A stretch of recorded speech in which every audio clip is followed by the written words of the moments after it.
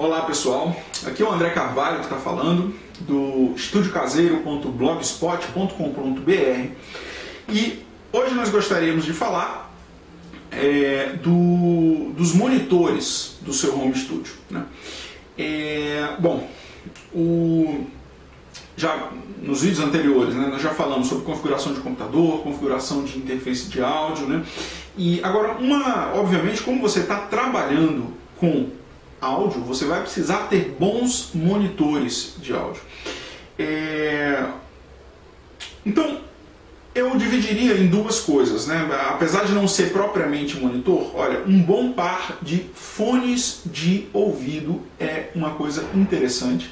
E depois monitores de áudio para que você possa também ter, né, uma noção espacial também mais clara de como esse som vai se projetar, né? Como é que para você ter uma resposta, né? O estúdio, na verdade, todo o estúdio, ele é um instrumento musical em que muitas vezes você vai tocar mais de ouvido do que de outra coisa. Então, ter um bom monitoramento é uma coisa essencial. Com relação aos monitores, bom, existe uma ampla variedade de monitores. Esses aqui não são monitores, né, top, mas são monitores que eu acho que tem um bom custo-benefício. Eu utilizo monitores MS40 da Behringer, né? São monitores ativos. E, bom, o que é um monitor ativo? Um monitor ativo é aquele que não precisa de um amplificador externo, tá? Então isso evita que eu tenha mais um elemento, né, no meu computador, no setup do meu home studio, né? E o que é interessante para você levar em consideração na hora de escolher os seus monitores? Verifique a resposta em frequência desses monitores, se ela é mais ou menos plana e te dá uma boa resposta, entre 20, às vezes tem alguns que vão a partir de 15 Hz até cerca de 20, 22 kHz. Isso é a frequência do som. E essa faixa é a faixa audível pelo ser humano.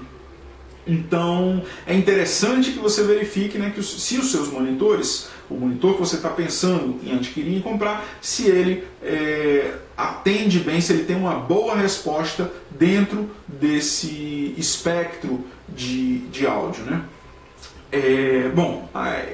No caso desse monitor da Behringer, ele é ativo, né? Eu alimento ele eu tenho que ligar na tomada, obviamente, porque ele tem uma amplificação, né?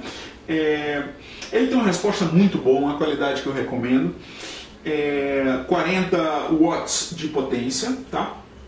E a entrada dele é uma entrada RCA, né, que sai diretamente aqui da minha interface de áudio e já o alimenta. Muito bem. Com relação a fone de ouvido, o critério é mais ou menos o mesmo, né, com relação à resposta, à faixa de frequência, né? Agora, um bom fone de ouvido para estúdio, talvez ele tenha algumas características que seja interessante você considerar. Em geral, um fone de ouvido, ele tem que ter o quê? Além da resposta em frequência, muitas vezes ele tem que isolar o som, ou que vem de fora, para que não misture com o que você está ouvindo dentro do fone, né? Ou o que está saindo do fone não pode vazar para fora, por exemplo, no caso de você estar gravando um áudio de microfone e ouvindo o playback, ouvindo a base, né? Então, isso diz respeito a vazamento. É por isso que num home studio não se recomenda que você utilize, né, aquele fonezinho aberto, né?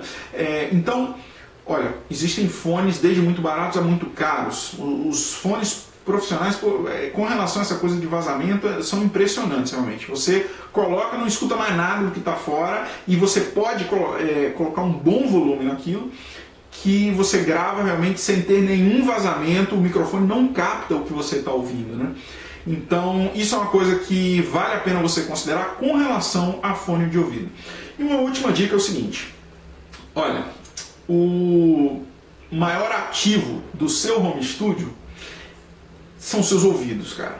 Então, evite escutar música muito alta, porque principalmente se você quer trabalhar com isso, porque isso vai ser o teu ganha-pão, teu instrumento de trabalho, então realmente você tem que se preocupar com a saúde e você não pode forçar demais. Eu sei que é gostoso a gente ouvir música, né, mais alta, a gente sente melhor o impacto da coisa, mas esse negócio não faz bem e vai te prejudicar. Então, isso é digamos, é um policiamento, um certo profissionalismo que você tem que adquirir, que na hora de fazer suas edições e suas gravações você deve trabalhar com um nível de volume reduzido, tá? Muito bem, eu espero com isso ter dado algumas dicas aqui sobre esses dois elementos, sobre fone de ouvido e sobre monitores, né? E mande suas dúvidas pra gente, estudiocaseiro.blogspot.com.br. A gente fica por aqui, boa música pra vocês, até a próxima.